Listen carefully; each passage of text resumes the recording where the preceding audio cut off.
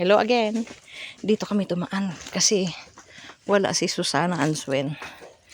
Sarado yung gate. So, we know the secret way because this is our ex-place before. Char. Itong kitchen na ito, si Christian ang nagpagawa niyan. Pero bininta na namin ito kasi sa Romblon na kami tumira. Ay, buhay pa rin ang kubo na pinagawa ni Christian. Ang tibay. Andito pa rin yung old wood na nakuha namin. Oh, tibay guys. Oh. Ito ay nakuha namin to sa Bonito Island. Sinakay namin yan sa bangko. Buhay pa rin siya. Yeah. Good lumber yan. Oh, tinan nyo.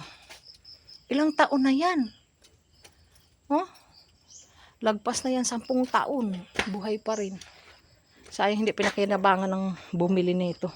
Sa bagay baka kasi isip niya si Christian ang may-ari. Oh, ito. Oh, diba? Si Christian ang nagpa-build niyan. Pero more nature siya. Nakapatubo ko ng kalamansi dyan. Ayun ang kalamansi na napatubo ko. Speaking of kalamansi, ayun siya, oh. Yan ay napatubo ko ng andito kami kasi lagi ako maraming kalamansi na dala-dala galing ng Kalapan. Pag napunta ko kay Nanay Lily.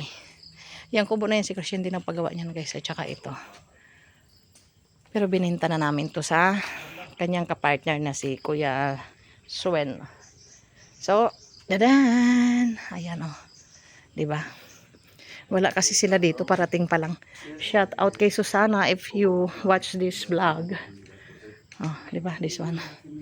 Ito mga paggawa ni Christian ng mga lamesa.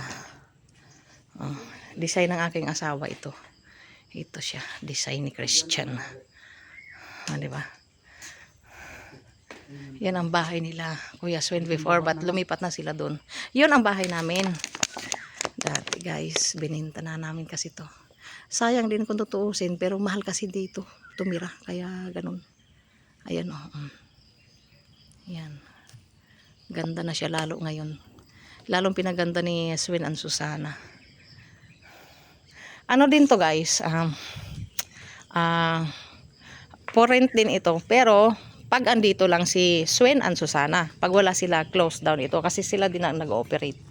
So pag nasa Denmark sila, sarado ito. O, diba? Andiyan si Puti.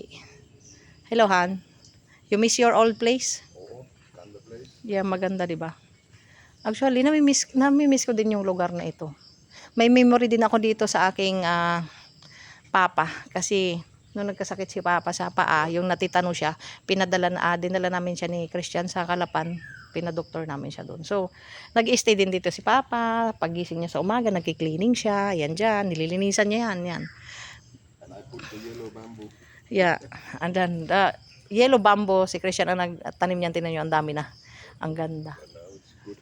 Alam nyo ba guys, one time ito nagbagyo na andito kami, talagang nakalbo ito. Pero tinan nyo, oh, how many years na itong The oldest tree in oo. Vegan. How old this one, Han? I don't know, maybe 100. Yeah, 100 years old old mango, this one. Kasi sila Ninong Promi, bata pa nun buhay na daw itong mangga na ito. So, very old mango tree. O, diba? Kaya malamig dito ang tumira. Cold place actually. And then, kita pa sa inyo guys. Yung doon, yung bamboo na yan na nakikita nyo. Yung bamboo na yan nakikita nyo na yan na bamboo. Yan. Kaya sinadya yan nilagay dyan. Kasi may mga monkey dito na dumadaan. Malapit kasi ito sa Monkey Beach. So, yung mga unggoy dito, pumupunta yan dyan. Nag-ano dyan ang mga monkey.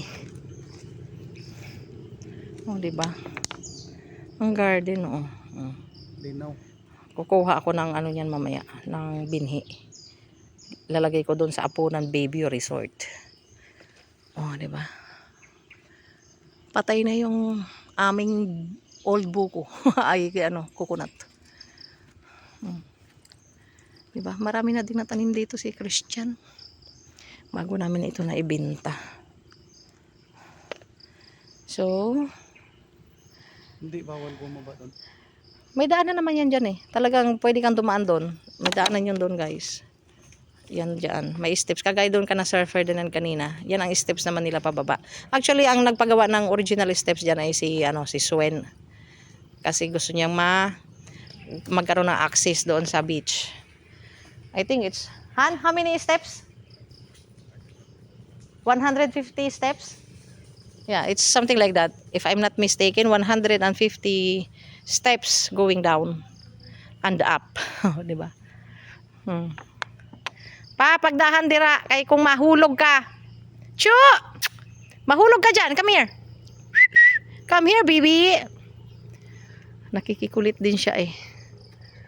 Di ba? That's it for now. Ay, sayang yung kalamansi oh. Patay na. Thank you for watching and please follow, like, and share and subscribe my channel. Maraming salamat sa inyo sa pagsuporta sa aking small vlog. Lalong-lalo na sa aking talagang stick followers. Hindi ko na kayo isa-isahin. Alam na ninyo kung sino kayo.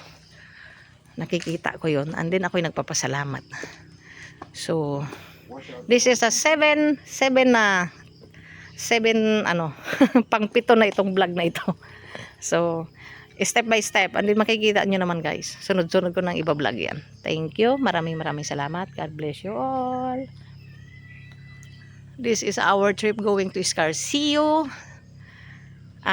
Galera. Bye-bye.